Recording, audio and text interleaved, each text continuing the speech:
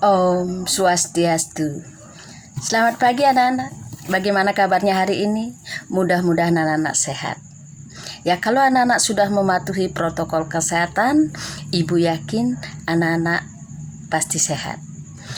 Ya anak-anak, kita lanjutkan pelajaran minggu lalu.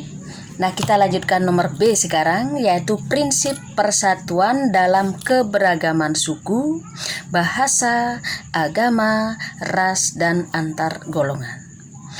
Nah, kalau kita lihat untuk mewujudkan persatuan dalam keberagaman masyarakat Indonesia, nah perlu berpegang teguh pada prinsip-prinsip persatuan dan kesatuan.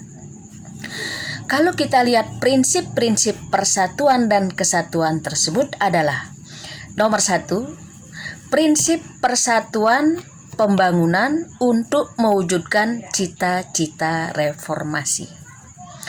Artinya, dengan semangat persatuan dan kesatuan bangsa Indonesia, kita harus dapat mengisi kemerdekaan serta melanjutkan pembangunan menuju masyarakat adil dan makmur sesuai dengan cita-cita reformasi. Yang kedua, prinsip Bhinneka Tunggal Ika. Nah, prinsip ini mengharuskan kita mengakui bahwa bangsa Indonesia merupakan bangsa yang beraneka ragam. Keanekaragaman tersebut dari suku, bahasa, agama, dan adat kebiasaan. Hal ini menunjukkan kita untuk bersatu sesuai dengan makna dari Bhinneka Tunggal Ika, yaitu berbeda-beda tetapi tetap satu jua. Yang ketiga adalah prinsip nasionalisme Indonesia.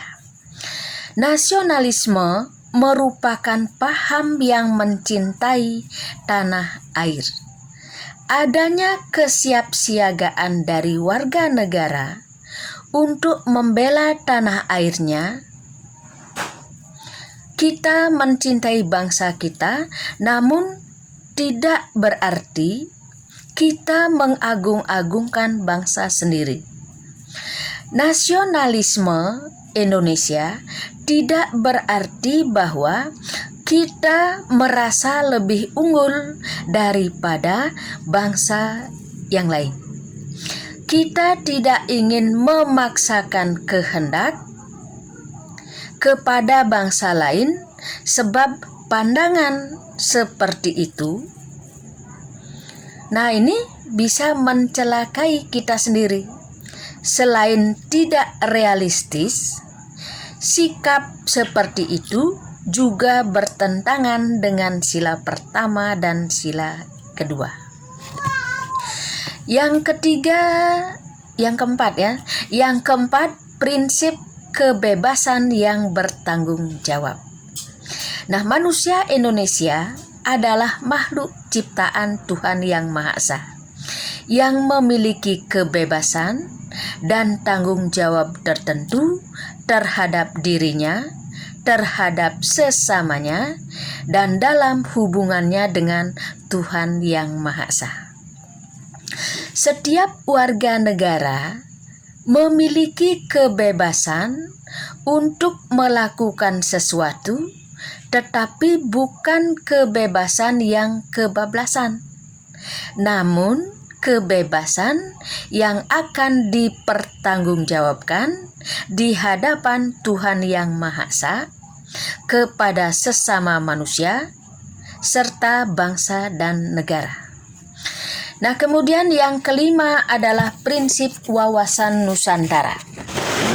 Nah, kalau kita lihat wawasan Nusantara, nah itu adalah cara pandang bangsa Indonesia tentang diri dan lingkungannya sebagai satu kesatuan ideologi, politik, ekonomi, sosial budaya, dan pertahanan keamanan. Dengan wawasan itu, kedudukan manusia Indonesia ditempatkan dalam kerangka kesatuan politik, ekonomi, sosial budaya, serta pertahanan keamanan. Manusia Indonesia merasa satu dan setanah air, serta memperjuangkan satu tekad dalam mencapai cita-cita nasional. Nah, kita lanjutkan yang keenam sekarang, yaitu prinsip persatuan pembangunan untuk mewujudkan cita-cita reformasi. Nah, dengan semangat persatuan Indonesia, kita harus dapat mengisi kemerdekaan serta mewujudkan pembangunan menuju masyarakat yang adil dan makmur sebagai cita-cita bangsa di era reformasi ini. Nah, itu prinsip-prinsipnya ada 6. Nah, selanjutnya kita lanjutkan nomor C sekarang. Permasalahan keberagaman dalam masyarakat Indonesia. Nah, kita lihat nomor 1 sekarang. Bentuk keberagaman masyarakat Indonesia. Nah, kalau kita lihat kekayaan bangsa Indonesia akan keberagaman merupakan suatu hal yang harus dijadikan sebagai dorongan bagi masyarakat untuk mengenal dan memahami setiap keberagaman yang dimiliki menjadi sebuah kekuatan sehingga bangsa Indonesia dapat lebih maju dan bermartabat. Nah, kalau kita lihat keberagaman masyarakat itu meliputi suku bangsa, agama, budaya, adat istiadat, bahasa daerah, pandangan, politik, dan golongan. Nah, kita bahas yang pertama dulu, suku bangsa. Nah, kalau kita lihat suku bangsa yang tersebar di Indonesia merupakan warisan sejarah bangsa Indonesia. Nah, kalau kita lihat persebaran suku bangsa, nah ini dipengaruhi oleh faktor geografis, perdagangan laut, dan kedatangan para penjajah di Indonesia. Persebaran yang luas, nah ini menjadikan suku bangsa di Indonesia memiliki ciri dan karakter tersendiri, yang satu dengan yang lainnya. Nah, walaupun memiliki suku bangsa yang beraneka ragam, tetapi tetap satu bangsa, satu bahasa, satu tanah air, yaitu Indonesia. Nah, untuk itu kita harus menyadari bahwa keragaman itu merupakan kekayaan yang tidak ternilai harganya dan harus dapat dijadikan sebagai kekuatan yang mampu mempersatukan bangsa Indonesia. Nah, yang nomor B sekarang, adat istiadat. Nah, kalau kita lihat adat, nah itu merupakan peraturan tentang perbuatan manusia yang lazim dilakukan sejak zaman nenek moyang dan diikuti oleh keturunannya. Adat yang telah melembaga disebut dengan adat istiadat. Adat istiadat berupa tata kelakuan yang relatif turun-temurun dari generasi ke generasi sebagai warisan nenek moyang. Nah, sehingga kuat integrasinya dengan pola-pola perilaku dalam masyarakat. Nah, sedangkan adat yang memiliki sanksi hukum disebut dengan hukum adat. Nah, bangsa Indonesia memiliki kekayaan adat istiadat yang beraneka ragam dari berbagai daerah di seluruh Indonesia. Bahkan seorang ahli hukum adat Indonesia, yaitu Mr. Van Vollenhoven, mengungkapkan tentang sistem lingkaran hukum adat yang mengklasifikasikan dari sekian ratus adat di Indonesia. Nah, ini menjadi 19 lingkaran hukum adat atau suku bangsa Indonesia.